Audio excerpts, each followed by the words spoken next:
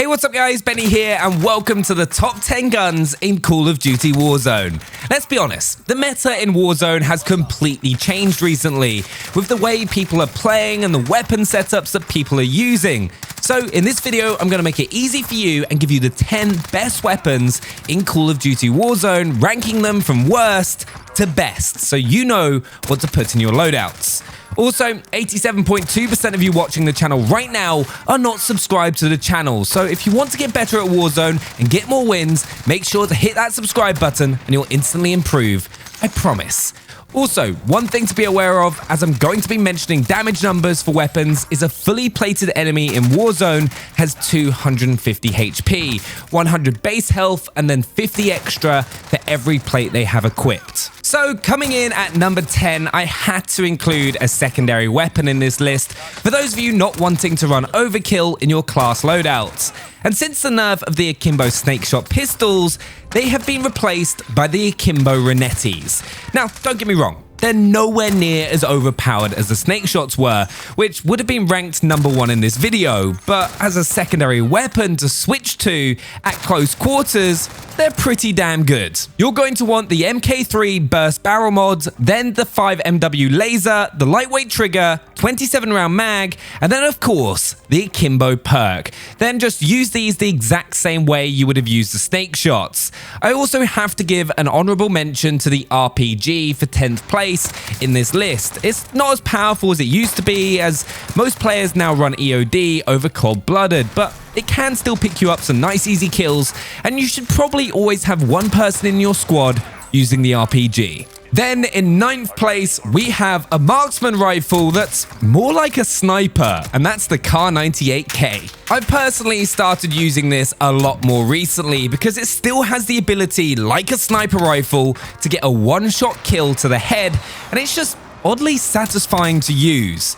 One of the major advantages with the Kar98 compared to other sniper rifles is it has such a fast aim down sight time. If you're wanting to play more aggressively and push enemy squads, the Kar98 is the perfect choice. You're going to want to use it for more medium-range gunfights, and because of that, you can use the variable scope if you like, though as you should be playing more aggressively, it can sometimes be better to use a 3.25 times scope to snap onto targets quicker and not have that sniper glint. I used a monolithic suppressor, the Singard custom 25.1 barrel, then the tac laser, which is going to give you the fastest aim down sight time possible, along with the VLK 3.0 times optic, and finally the F-Tac Sport Comb stock, because this setup is all about snapping onto opponents quickly to get off those headshots, and it's a beast and so much fun to use. Next, we have our first assault rifle in the list, which is the Kilo. Now, one thing I'll say is one of the most important things with a weapon is consistency. So, guns with low recoil and high accuracy tend to be the best weapons to use in Warzone, and the Kilo is exactly that. One of the things I love about the Kilo is it also resembles one of my favorite guns in Call of Duty history, the ACR from Modern Warfare 3, and we all know how much of a beast that gun was. Now, one of the biggest downsides to the Kilo is that its damage drop-off at range is very high compared to other assault rifles, so you really need to be operating within those short to medium range distances to get the best out of it. The second you get into a long range fight with a Grau, for example, you're going to get wrecked. Now, the Kilo actually has the same damage profile as the M4A1, which is regarded as one of the best assault rifles in the game. It'll deal 42 damage for a headshot and then 28 damage a bullet anywhere else, but combine it with a fairly solid fire rate of 750 rounds a minute, and you can drop people quickly. Plus, it has a really clean iron sight to help make it pretty easy to land your shots. So the best Kilo setup is the monolithic suppressor for suppressed shots and increased damage range, then the Singard Arms 19.8 arms barrel for increased damage range, bullet velocity, and recoil control. Then you want the tac laser to make your aim down sight speed as fast as possible before having the commando foregrip to help minimize the gun's recoil with no penalty to aim down sight speed, before finally having the 60 round mag so you can wipe entire squads without reloading in trios. It's not the best assault rifle in the game, but definitely pulls its weight and is fun to use. Next, we have another one of the laser beam assault rifles, which has the highest fire rate, a fast time to kill, and to be honest, is a gun a lot of people have said is their favorite and best gun in Warzone, and that is the M13. But for me, it comes in at number 7. Now, where the M13 excels is when you're landing headshots. The gun has a ridiculous fire rate with 900 rounds per minute, which means that if you're landing your shots, which isn't that hard as the M13 build that I'm about to show you has like no recoil and you can drop enemies so quickly. The M13 will deal 36 damage per shot to the head and 24 to the body. Now, where the M13 is one of the best guns in the game is in long-range assault rifle fights. Because of its fire rate, amazing accuracy, and headshot multiplier, you can just beam enemies with no problem at all. So what you'll want to do is have the monolithic suppressor, the Tempest Marksman barrel, the tac laser, which I'm telling you is the most underrated attachment in Warzone, which not enough people use on their weapons. Then I use the commando foregrip and the 60 round mag, so I can take down multiple enemies without having to reload. Now, if you do hate the iron sight on the M13, you can get rid of the commando foregrip for an optic, and it won't make that big of a difference as the gun's recoil is minimal anyway, but that comes down to personal preference. Okay, now we're getting on to the dark horse of this video, the gun everyone has overlooked because it is a right pain to unlock, and that is the Broyen MK9 LMG. Now, if you had asked me before Season 3 if you should ever use an LMG in Warzone, I'd have said no. They're slow, unreliable, and you're just going to get ruined by anyone using an assault rifle or SMG, but the Broyen has changed my mind. With the right build, it easily competes with some of the best guns in the game and could even be up there with some potential tweaks. The base Broyen isn't good. You need to focus on getting as high mobility as possible, so to do that, I use the monolithic suppressor, the XRK Summit 26.8 barrel, the tac laser, which is a key attachment. Then I use no stock, which dramatically increases the gun's mobility, and then I finish off with the 60 round mag, which increases your aim down sight speed, sprint to fire speed, movement speed, and has that detachable magazine, which effectively turns the Broyen from an LMG into an assault rifle, and it feels like it as well. It's so much fun to use, and even the glitch variant which you can get is pretty good if you haven't managed to unlock it, which is a pretty hard thing to do as you have to kill 3 enemies a game near smoke with an LMG in 15 different matches. And the best place to do that is definitely on shipment if you're going to go for it. Now, the gun itself fires 750 rounds per minute, deals 34 damage per bullet to the chest and 46 to the head. So that means it has a faster time to kill than guns like the M4A1 and Kilo. Honestly, this gun is very underrated and is worth trying to unlock if you have time to do so. So coming in at number 5, we have to include the best sniper in the game, the HDR. This isn't even a question. If you want to use a sniper in Warzone, you should be using the HDR. It has insane bullet velocity with almost no bullet drop compared to other snipers like the AX50. It pretty much plays like hit scan.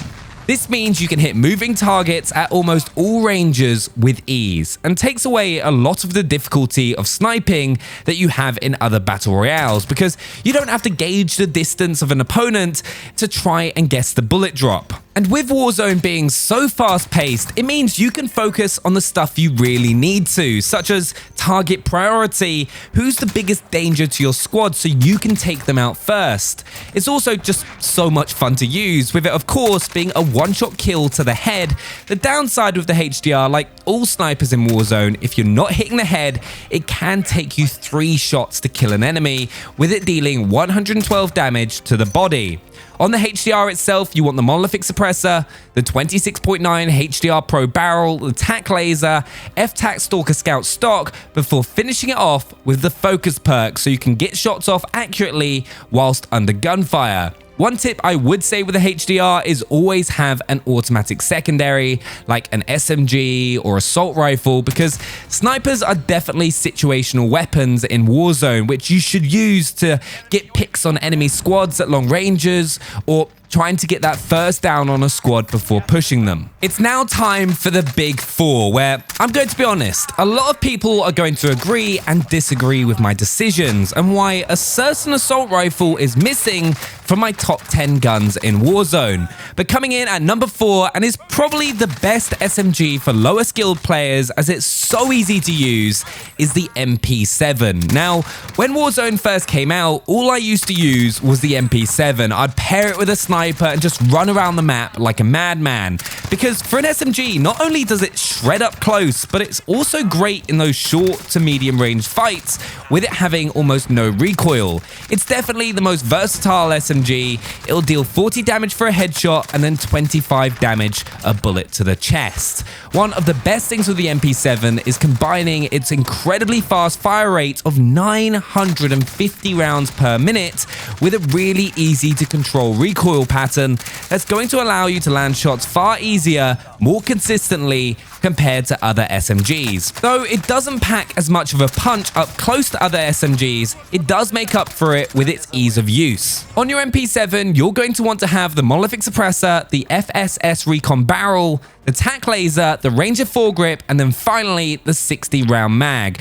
This is a great all-round MP7 build that's going to perform really well from short to medium range. And coming in third place and getting the bronze medal for the best guns in Warzone is the M4A1. Now, I know, a load of you are probably shouting at me going, "You're wrong, the M4A1 is the best gun in the game." And hold up, I'll explain. Now, the M4A1 is a beast of an assault rifle, there's no questions. It can do everything, it's one of the best all-round, well-balanced guns in the game. If you use the XRK weapon variant, it even has a pretty clean iron sight that's better than the default.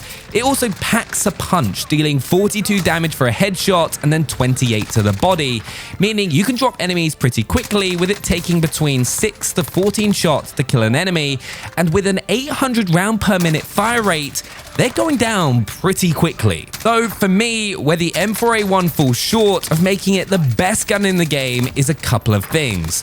First of all, it's not the most consistent. On a controller, you're still going to struggle to control the recoil perfectly, which can cause issues in those medium to long range gunfights. And though the XRK variant iron sight is cleaner, it's still not the best iron sight in the world, and for me can feel quite clunky at times. If you can get past that hurdle, it's an incredible gun and definitely one you should be using if you're wanting to win as many games of Warzone as possible. Also, a big positive with the M4 is you instantly have access to it the second you start playing the game, so you can get it ranked up to be able to compete at the top level almost instantly. On the M4A1 itself, you're going to want to have the monolithic suppressor, the stock M16 Grenadier barrel, the tac laser, the Ranger foregrip, and the 60 round mag. And remember to choose the XRK weapon variant for that improved iron sight. It really does make a big difference, and that is one of the best assault rifles that you can get your hands on in Call of Duty Warzone. Then coming in second place and getting that silver medal for the best guns in Call of Duty Warzone is the MP5. Now, when I first started playing Warzone, I just didn't use the MP5. I always leaned towards using the MP7 as it was a bit more of an all-rounder, which I felt suited the game perfectly. However, the meta has changed, and switching between using an assault rifle and medium range to the MP5 when I'm either pulling off flanks or getting up close has become my go-to. I cannot stress this enough. The MP5 absolutely shreds. You can easily wipe entire squads up close as you weave in and around buildings with this thing. It packs a serious punch, dealing 49 damage for a headshot and 34 to the chest, which gives it an incredible time to kill up close. And there's going to be situations where you can happily take on entire squads with this thing, take an enemy down, back up, replate, and then re-engage.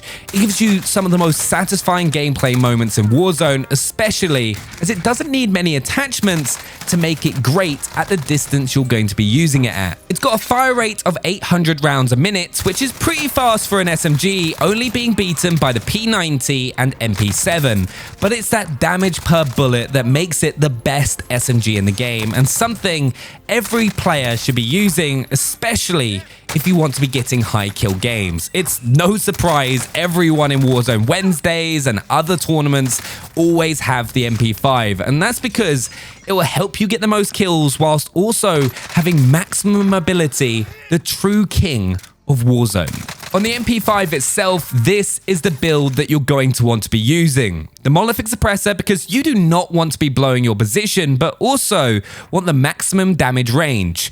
You then want the F-Tac collapsible stock for the highest mobility possible. Then you want to be using the Merc foregrip so you can also hip fire inside of buildings while strafing, which is super effective. Then you want the 45 round mag before finishing it off with sleight of hand. This is perfect for when you're pushing enemy squads up close and won't have that much time between reloads. This is the build every top player uses for that exact reason, so make sure to give it a go and you won't regret it, and let me know what you think. Then yes, that means the #1 best gun in Call of Duty Warzone is the Grau. It was so close between the M4A1 and the Grau, but for me, the Grau just has to take the top spot for the #1 assault rifle in Warzone. There's a reason that everyone breaking the kill records in Warzone is using the MP5 Grau combination, because the Grau is so effective at medium to long range with the right build, making it a laser beam with one of the cleanest iron sights going in Call of Duty history, which means you definitely don't want to be using an optic on it. It's the most accurate assault rifle in the game, which pairs perfectly with the MP5. There's almost no recoil on this gun whatsoever, with you being able to take down multiple enemies with no problem at all from almost all ranges.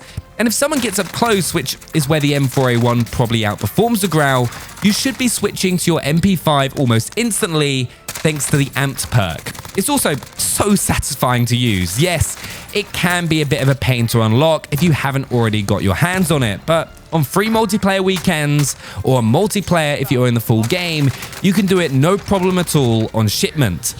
The Grau has the same damage profile as the M4, so deals 42 damage to the head and then 28 to the body, but with a fire rate of 730 rounds per minute. But its accuracy makes up for it, as you're going to find it far easier to land consecutive headshots. On the Grau itself, you're going to want the monolithic suppressor, the Archangel barrel, the tac laser, the commando foregrip, and then finally the 50 round mag. You can use the 60 if you want to, but it drops mobility. But either works. I personally flick between the two depending on how I'm playing. If you're landing your shots, the 50 is overall better. And then I've also got the obsidian camo on it because I've got to be rocking that new mastery camo on the best gun in the game. Now, I know what some of you are saying. Where's the Ram 7? And I'm going to be honest, I just don't like it. Now, I know it's got a really fast time to kill with the same damage as the Grau and the M4 with a faster rate of fire, which should make it better if you look at the guns on paper, but it just has too much sideways recoil for me to make it as consistent as you want a gun to be in Warzone. So I know it's a good gun, it just doesn't make my top 10, and I would never use it over the M4A1, M13 or Grau. But there we have it, the top 10 guns in Call of Duty Warzone right now, ranking from worst to best. Make sure to let me know what you think and whether you agree with my rankings or not down in the comments. Smash the like button and subscribe if you're new to the channel, and I'll see you next time.